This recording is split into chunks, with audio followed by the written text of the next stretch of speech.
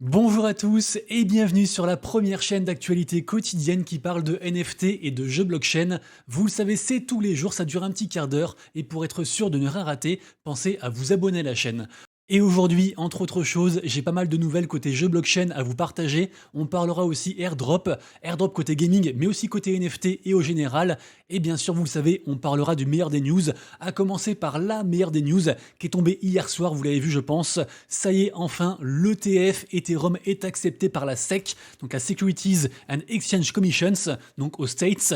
D'ailleurs, c'est pas un ETF, c'est les 8 ETF qui étaient proposés qui sont acceptés. On a la liste ici, avec bien sûr BlackRock en tête de liste.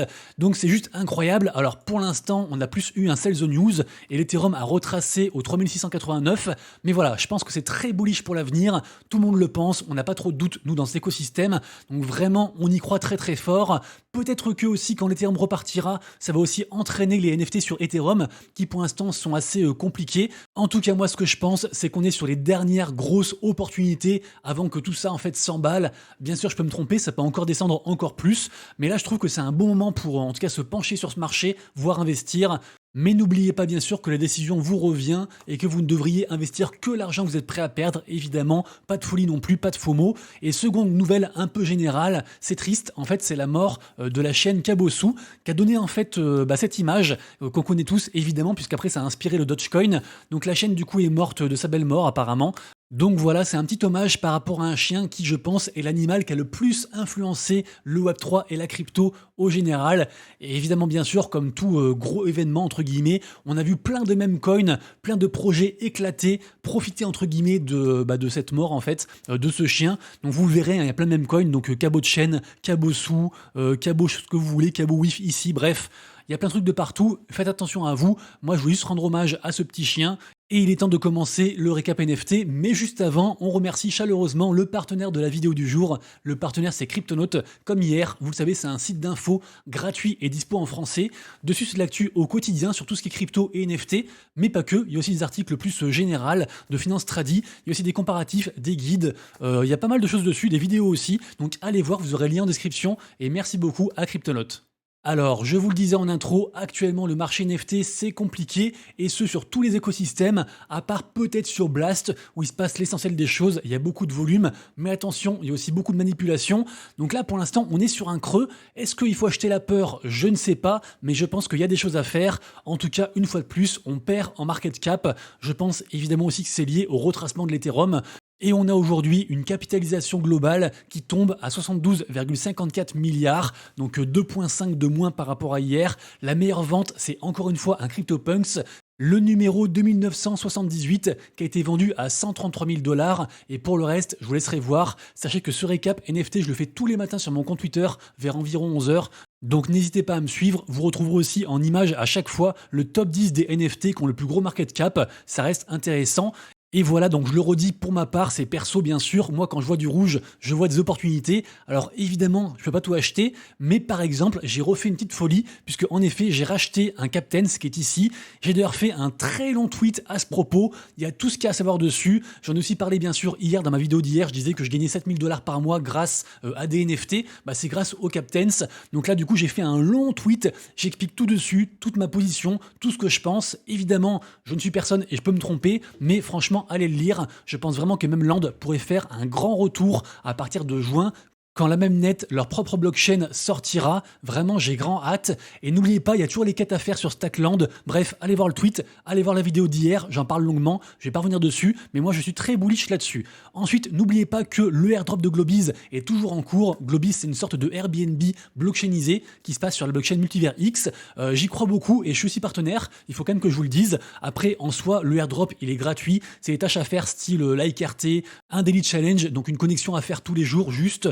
Rejoindre Discord, etc., Telegram, pour ceux qui veulent échanger le token B, mais c'est facultatif, et j'espère que ce airdrop sera juteux. Et d'ailleurs aussi, je suis aussi partenaire d'un autre projet, décidément, qui fait aussi une grosse campagne de airdrop. J'en ai parlé, je crois, il y a environ 15 jours. C'est le projet Lingo, qui va sortir donc son token Lingo. Lingo, c'est une boîte Pour la faire courte, qui veut vous emmener en vacances. Pour faire très simple, je vous laisserai aller voir mes anciennes publications et vous renseigner sur le projet, mais sachez que le truc le plus worse, le meilleur truc à faire actuellement, c'est en fait d'inviter 10 personnes, ça vous donne un ticket business, et c'est ce ticket business qui donne le plus d'avantages, j'en ai listé ici, donc voilà, pour moi c'est le truc le plus worse, renseignez-vous, mais pareil aussi, je crois beaucoup aussi à Lingo, ils ont d'ailleurs de beaux partenaires et ils ont levé pas mal d'argent.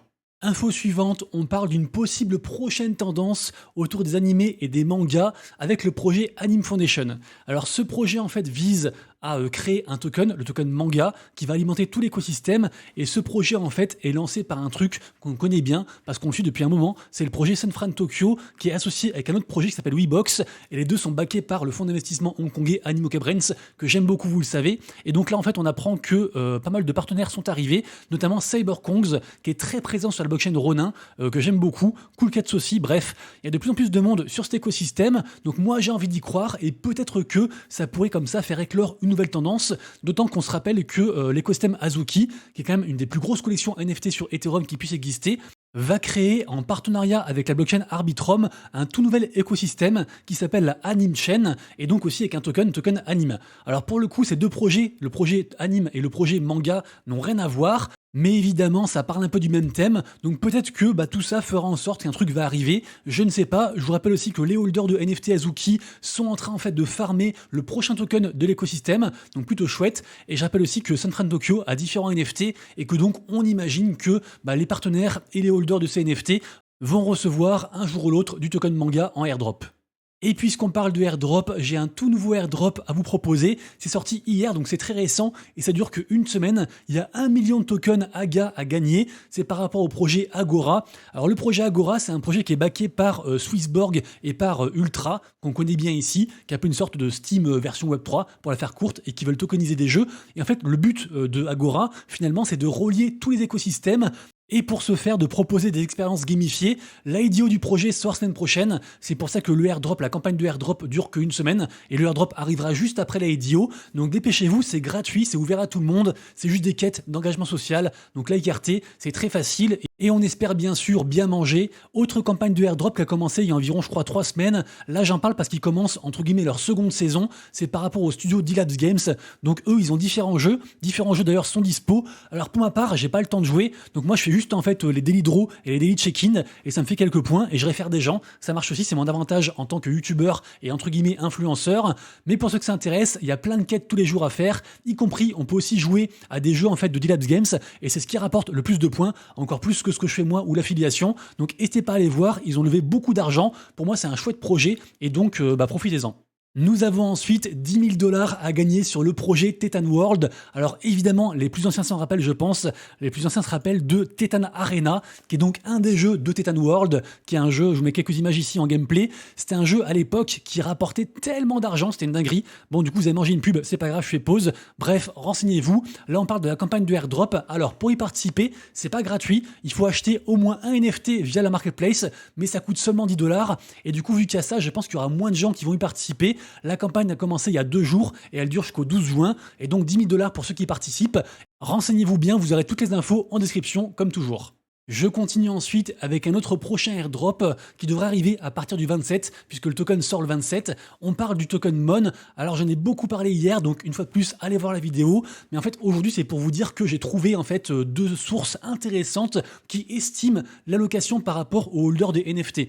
Puisque je vous le rappelle, le token MON sera donné aussi en partie aux holders de ces NFT, les NFT Pixelmon, du gros projet Pixelmon, et aussi les traîneurs qui sont la seconde collection NFT.